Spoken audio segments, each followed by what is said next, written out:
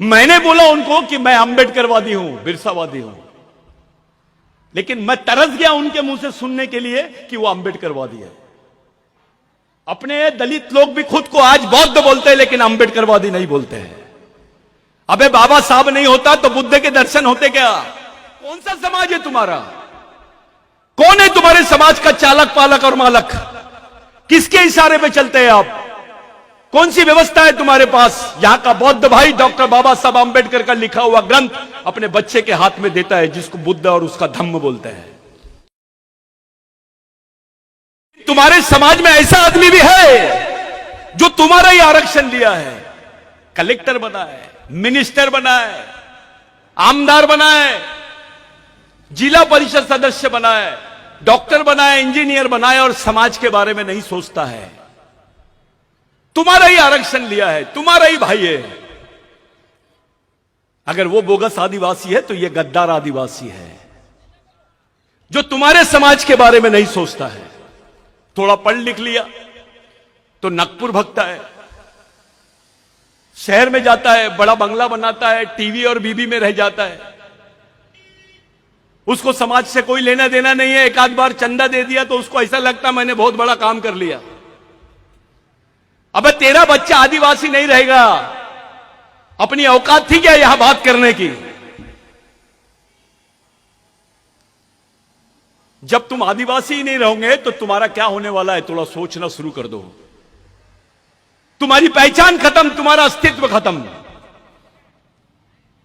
जैसे अंडमान निकोबार में आदिवासियों को देखने जाते ताई और ऐसे ब्रेड के टुकड़े फेंकते हैं।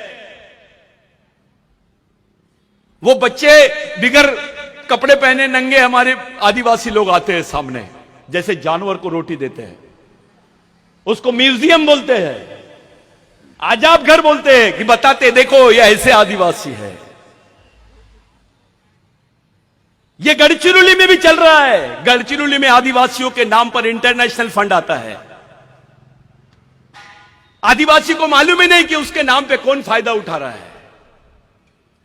जितने आदिवासियों के संगठन गढ़चिरौली में नहीं है, उतने यहां पर एनजीओ है गैर आदिवासियों के। वो कमा रहे आदिवासी को दिखा दिखा के। मैं मुद्दे से हटके बात कर रहा हूं। 13 साल की आदिवासी लड़की अपने हाथ में बंदूक पकड़ती है, टीवी पे दिखाता है कि यह नक्सली थी, ये लड़की को मारा गया है, ये इसकी उम्र 13 साल है। समाज का कोई आदमी उसके बारे में बात नहीं करता कि आखिर क्या बात है, ये 13 साल की लड़की ने अपने हाथ में बंदूक क्यों पकड़ी? कौन सा समाज है तुम्हारा? कौन है तुम्हारे समाज का चालक पालक और मालक? किसके इशारे पे चलते हैं आप? कौन सी व्यवस्था है तुम्हारे पास? यहां का बौद्ध भाई डॉक्टर बाबा साहब अंबेडकर का लिखा हुआ ग्रंथ अपने बच्चे के हाथ में देता है, जिसको बुद्ध और उसका धम्म बोलते हैं। उनका बुद्ध विहार चलता है, उनके स्कूल चलते हैं, भिक्खु काम करते हैं, समता सैनिक दल का काम चलता है, तब जाके समाज का अस्तित्व है। यहां का मुस्लिम भाई 4 साल की उम्र में अपने बच्चे को मदरसा में लेके जाता है, उनके भी स्कूल चलते हैं, बच्चों को जमात में लेके जाते हैं। वो अपने बच्चे के हाथ में कुरान शरीफ देता और बोलता बेटा ये तेरे जीने मरने का रास्ता है, इसको लेके चल। यहां का ब्राह्मण भाई अपने बच्चे के हाथ में वेद देता है, पुराण देता है और बोलता है इसको चला। आज तो व्यवस्था उनके हाथ में है।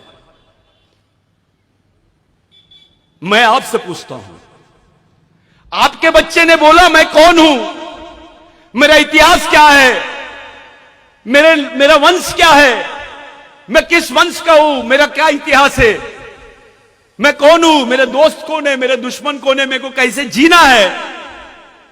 आपको पूछा आई मला एक पुस्तक देऊन दे, नाकुन उंदी किताब सिम्मा दाई, नाकुन किताब सिम नावा जीवनसाठी बती तेरी सीसी में मुन्नेटसाठी, मेरे आगे के जीवन के लिए कुछ मेरे को दे। क्या देंगे तुम लोग? क्या है तुम्हारे पास अपने बच्चों को देने के लिए? ऐसा समाज, सिर्फ शादी में 100 लोग 5000 लोग दिखते हैं और मैयत में 5 लोग, इसको समाज नहीं बोलते हैं। एक तरफ गोंड भाग रहा है, एक तरफ प्रधान भाग रहा है, एक तरफ माड़िया भाग रहा है। बे तेरा खून एक है, तेरा डीएनए एक है, तेरी संस्कृति एक है, तो समाज भी एक होना चाहिए। बाबूराव शर्मा के ने बोला था, जो आदमी अपने भाई को भाई नहीं समझता, मैं उसको गांडू समझता हूं। वो नामर्द है जो अपने भाई को नहीं पहचान सकता, वो दुश्मन को कैसे पहचानेगा। ये बाबूराव शर्मा के ने बोला है।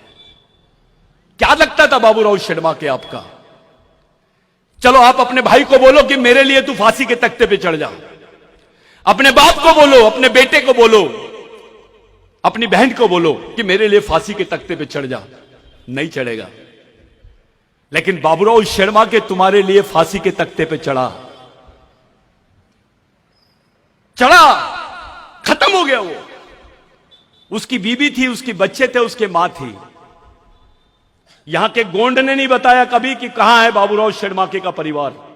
यहां के प्रधान ने नहीं बताया कभी बाबूराव शर्मा के का परिवार कहां है। यहां के माड़िया ने नहीं बताया, और बाबूराव शर्मा के जो आंदोलन में लोग थे उन्होंने भी नहीं बताया। इतना बेईमान समाज है ये, जिसको उनके परिवार का भी पता नहीं है। बाबूराव शर्मा के बाद उसके बच्चे का, उसके परिवार का क्या हुआ, कोई नहीं बताता है।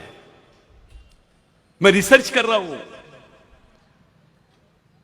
सुबेरे बाबूराव शर्मा के को फांसी की सजा होती है और दोपहर में फांसी के तख्ते पे खड़ा कर देते हैं। यह विश्व का पहला केस है। कोई भी सजा आफ्टर 24 आवर्स होती है, लेकिन 2 घंटे में बाबूराव शर्मा के को इन्होंने फांसी के तख्ते पे चढ़ा दिया। पहली बार फांसी का फंदा टूट गया, दूसरी बार चढ़ाया, और तीसरी बार मरने के बाद उसके कोई अवशेष नहीं बचना चाहिए, ऐसे मनुवादी चाहते थे। उन्होंने उसको चूने की भट्टी में डाला,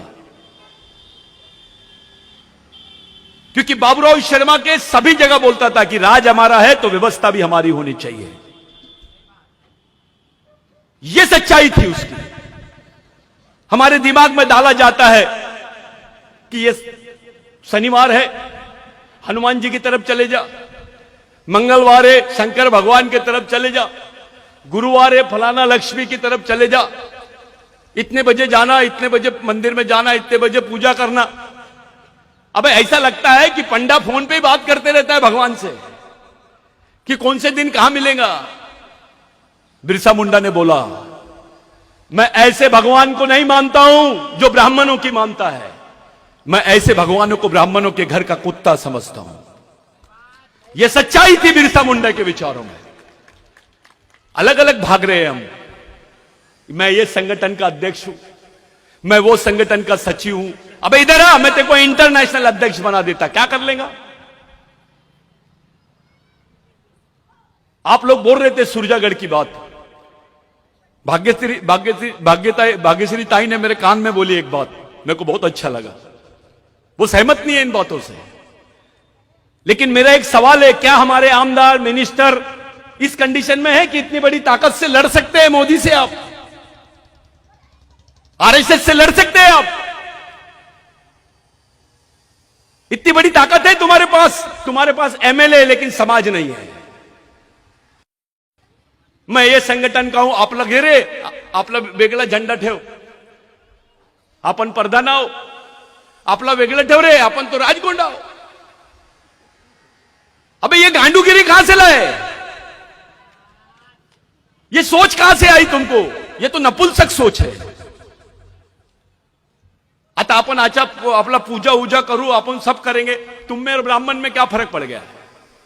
अबे लड़ाई के मैदान में अगरबत्ती लगाएगा तो बचेगा कि मरेगा?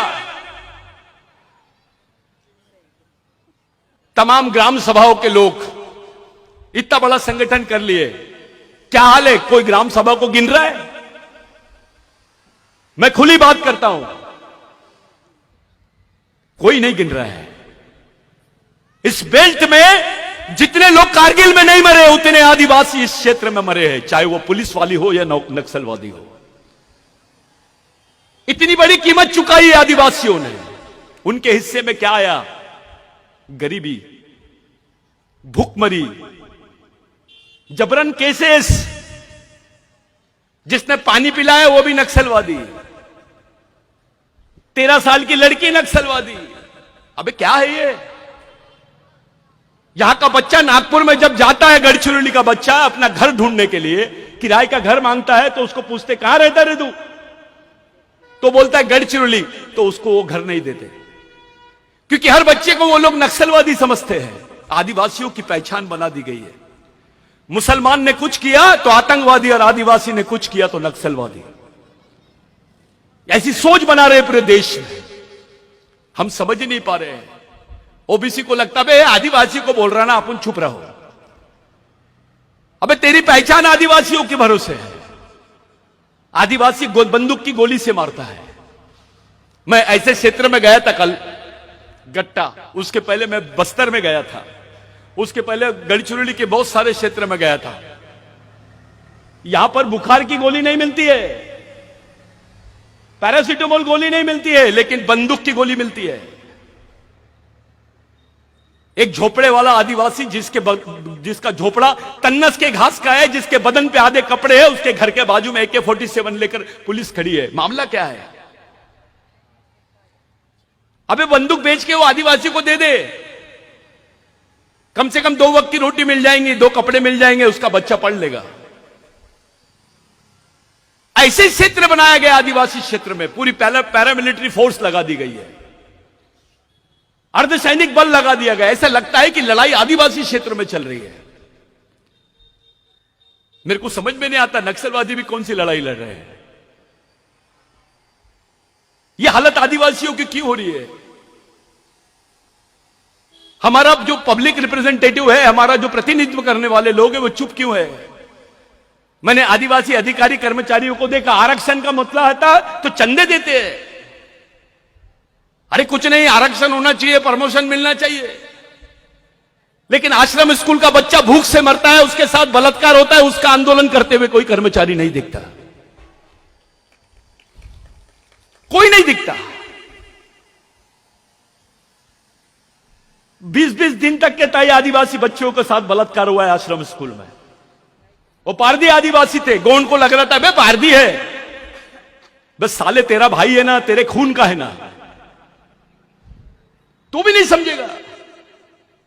आज आदिवासी भाई किसी को पता चल जाए कि आदिवासी महिला है, गढ़चिरौली भले आदिवासी का होगा, हम यहां के राजा होंगे, लेकिन हमारी महिला जब सड़क से जाती है तो दूसरे लोग हंसते हैं, बे ये आदिवासी है, कुछ भी कर ले। इसके समाज के लोगों को कुछ नहीं समझता, इनमें एकता नहीं है। उसका दूसरा मीनिंग यह होता है कि दूसरे लोग आदिवासियों को गांडू समझते हैं। क्या सम्मान है हमारा? क्या सम्मान है? कुछ नहीं है।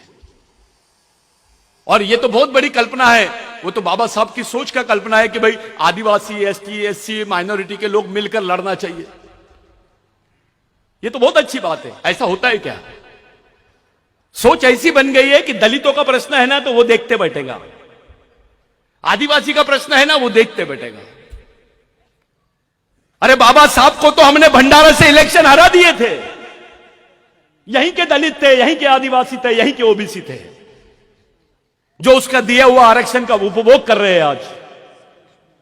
जब जीते जी बाबा साहब को इलेक्शन हरवा दिए भंडारा से, वही डॉक्टर बाबा साहब आंबेडकर पहली बार पश्चिम बंगाल से लड़े। एक तरफ सुभाष चंद्र बोस का छोटा भाई लड़ रहा था इलेक्शन कांग्रेस से, और दूसरी तरफ शेड्यूल कास्ट फेडरेशन से डॉक्टर बाबा साहब आंबेडकर लड़ रहे थे। आदिवासियों ने कांग्रेस से बगावत किया और डॉक्टर बाबा साहब आंबेडकर को जिताया। जिस आदमी ने बाबा साहब को आखिरी वोट दिया उसका भी नाम बिरसा था। वो बिरसा मुंडा के विचारों के लोग थे जिन्होंने बाबा साहब को पहली बार जिताया। डॉक्टर बाबा साहब आंबेडकर संविधान सभा के अध्यक्ष बने और उनके हाथ में संविधान बनाने का मौका मिला। बिरसा मुंडा का आंदोलन नहीं होता तो यह मौका भी अपने को नहीं मिलता। जिसको महात्मा गांधी बोलते हैं, राष्ट्रपिता बोलते हैं आप, वो महात्मा गांधी को स्वतंत्रता का संदेश, उसकी प्रेरणा बिरसा मुंडा से मिली है।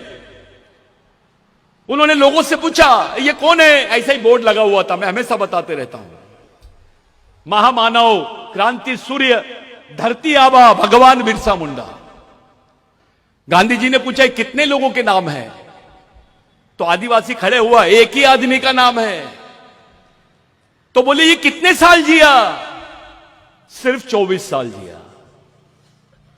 ये क्या चाहता था? मुड़गास मुड़गा मामास, उसका मतलब है मावा नाटे मावा राज, हमारे गांव में हमारा राज। गांधी जी ने बोला इसी आंदोलन की तो पूरे देश को जरूरत है। यहीं से गांधी जी ने टाई और कोट उतारा, लंगोटी पहना और भारत छोड़ो आंदोलन की तैयारी की। अगर गांधी जी, डॉक्टर बाबा साहब आंबेडकर, गांधी जी जैसे लोग बिरसा मुंडा से प्रेरणा लेते हैं, आप गांधी जी को राष्ट्रपिता बोलते हैं, बिरसा मुंडा तो इस देश का आजा होना चाहिए। लेकिन क्योंकि वो आदिवासी है उसमें कोई बात ही नहीं करता है, कोई बात नहीं करता है। अभी अपने आप को अंबेडकरी आंदोलन का भी एक अच्छा उदाहरण देता हूं दादा। मैं कुछ उच्च जाति के लोगों ने बौद्ध धर्म ले लिया और उनके साथ अपने लोग भी थे। मैं दिल्ली की कॉन्फ्रेंस में था, मैं नाम नहीं लेता हूं उनका, सब लोग जानते हैं उनको। वो आके खड़े हो गए, हम बौद्ध हैं। उस कॉन्फ्रेंस में बोल रहे थे, मैंने भी बोला मैं आदिवासी हूं। तो बोले आप वो नागपुर के कि गढ़चिरौली के हैं? तो मैंने बोला आप ऐसा क्यों पूछ रहे? बोले जो दाढ़ी आप लगते हो थोड़ा सा अलग दिखते हो, गढ़चिरौली वाले ही दिखते हो। तो मैंने बोला मैं गढ़चिरौली का हूं। मैंने बोला उनको कि मैं अंबेडकरवादी हूं, बिरसावादी हूं, लेकिन मैं तरस गया उनके मुंह से सुनने के लिए कि वो अंबेडकरवादी है। अपने दलित लोग भी खुद को आज बौद्ध बोलते हैं लेकिन अंबेडकरवादी नहीं बोलते हैं। अबे बाबा साहब नहीं होता तो बुद्ध के दर्शन होते क्या? एक रिक्शे वाले को पूछा था मैंने नागपुर में, आदिवासी रिक्शे वाले को, हंसते हंसते, उसके साथ दलित रिक्शे वाला भी चल रहा था। दोनों जन दारू वारू पिए और मैं उनको देख ही रहा हूं। एक जन ने ऐसी चलते पूछा, बे बुद्ध के बाप का नाम क्या है? तो वो दोनों जन बोले, बे रुक, छोटे से प्रश्न का जवाब नहीं दे रहा। बोले, मैंने बोला क्या बात है? हम दे रहे बोले उत्तर, बुद्ध के बाप का नाम अंबेडकर है। बोले, मैं थोड़ी देर के लिए चुपचाप हो गया, लेकिन बाद में जब सोचा कि हमारे तक बुद्ध कब आया? जब बाबा साहब ने लाया। बुद्ध के गुरु का नाम अलार कलाम, आदिवासी था वो। अलार कलाम बुद्ध का गुरु था, जिसने सांख्यिकी दर्शन का उसको पाठ पढ़ाया था।